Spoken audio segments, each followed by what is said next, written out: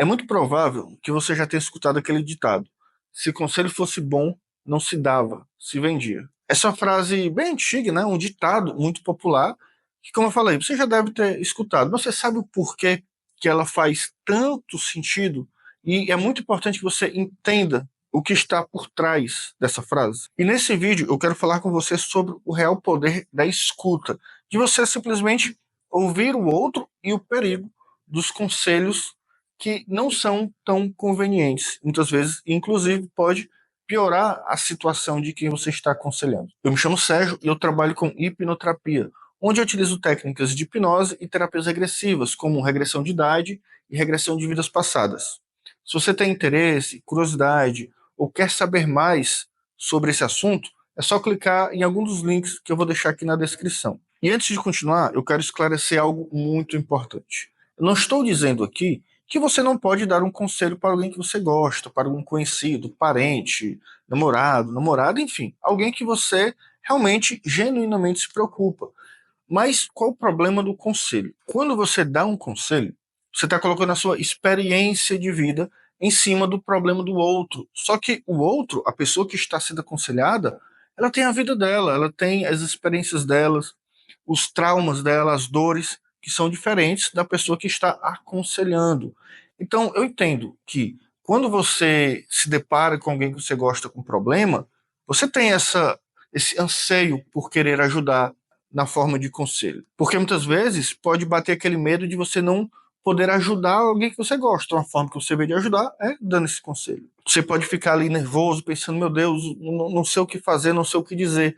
Aí acaba jogando um conselho meio aleatório, por exemplo. Acontece, infelizmente às vezes acontece. Só que nem sempre isso é a melhor opção. E agora vamos entender o porquê que um conselho pode não ser a melhor opção e qual seria a melhor opção no caso de alguém estar precisando ser ouvido. E assim entender como você pode dar um apoio real para amigos, familiares, pessoas que você gosta de fato. E assim você vai poder se sentir útil, presente, ajudando o outro, mesmo que não tenha resposta, porque ninguém tem resposta para tudo. Como eu acabei de falar, quando você dá um conselho para alguém, você está colocando a sua experiência de vida em cima do outro, as suas vivências, seus traumas, a forma que você enxerga o mundo.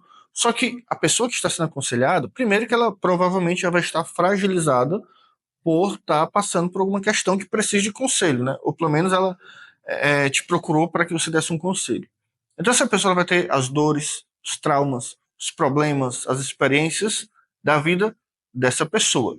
E quando você coloca uma fala, né, um conselho que para você é fácil de resolver, mas para a pessoa não é, a pessoa ela pode se sentir culpada porque ela pode pensar o seguinte: poxa, a pessoa leva isso tão de boa e ela me fala de uma forma que eu não consigo.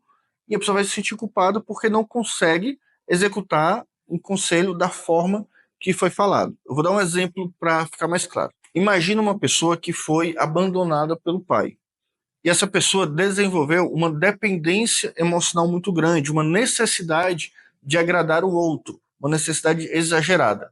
Então essa pessoa foi abandonada pelo pai, então gerou essa dependência emocional. E todo namorado ou namorada que essa pessoa consegue, ela gruda demais, né? Ela se apega demais, cria uma dependência e a pessoa termina por conta dessa carência excessiva, dessa dependência emocional, e a pessoa não sabe lidar com isso porque ela tem um medo do abandono. Porque, lembrando, nesse exemplo hipotético, ela foi abandonada pelo pai, logo ela gerou esse trauma, esse medo de abandono. Isso faz com que ela tenha comportamentos que inconscientemente, né, que na prática, favorece o abandono, porque ela pressiona demais, cobra demais para não passar pela mesma coisa, mas acaba favorecendo isso, né, nesse exemplo hipotético. Então você não foi abandonado pelos pais, né, no sentido de que você está dando esse conselho. Então você não tem problema com dependência emocional. Aí você diz para a pessoa: cara, ou fulana, deixa de ser besta. É só você não ligar, é só você dar um gelo, enfim, coisas desse tipo, conselhos meio genéricos e aleatórios, né? É muito comum, é raro, mas acontece sempre.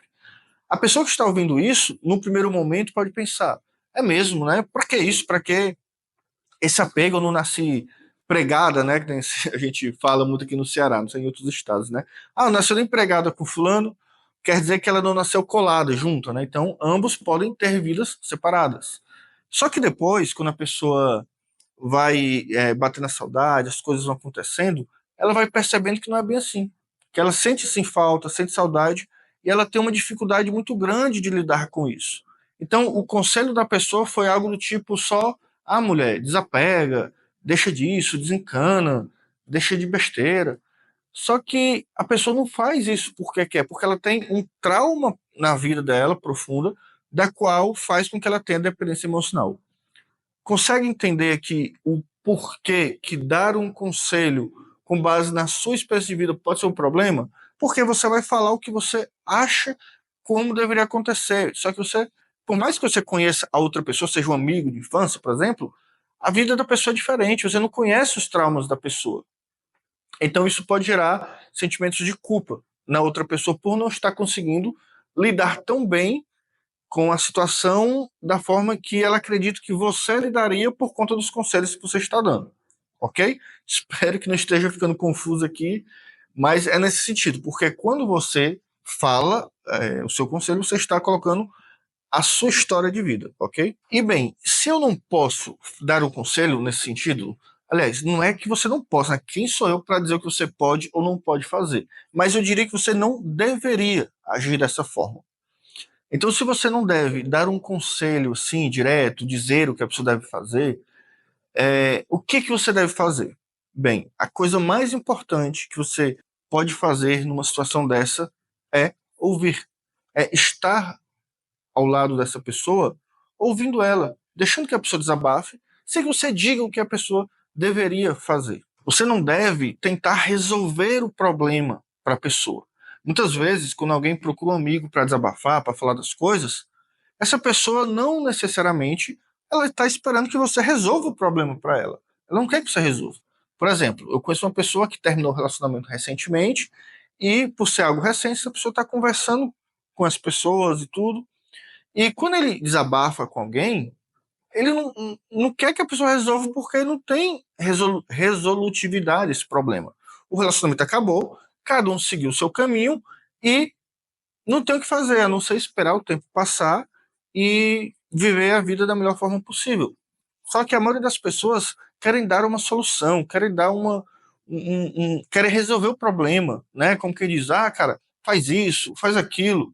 Cara, a pessoa não está precisando de resolver o problema, pelo menos nesse caso e em muitos casos.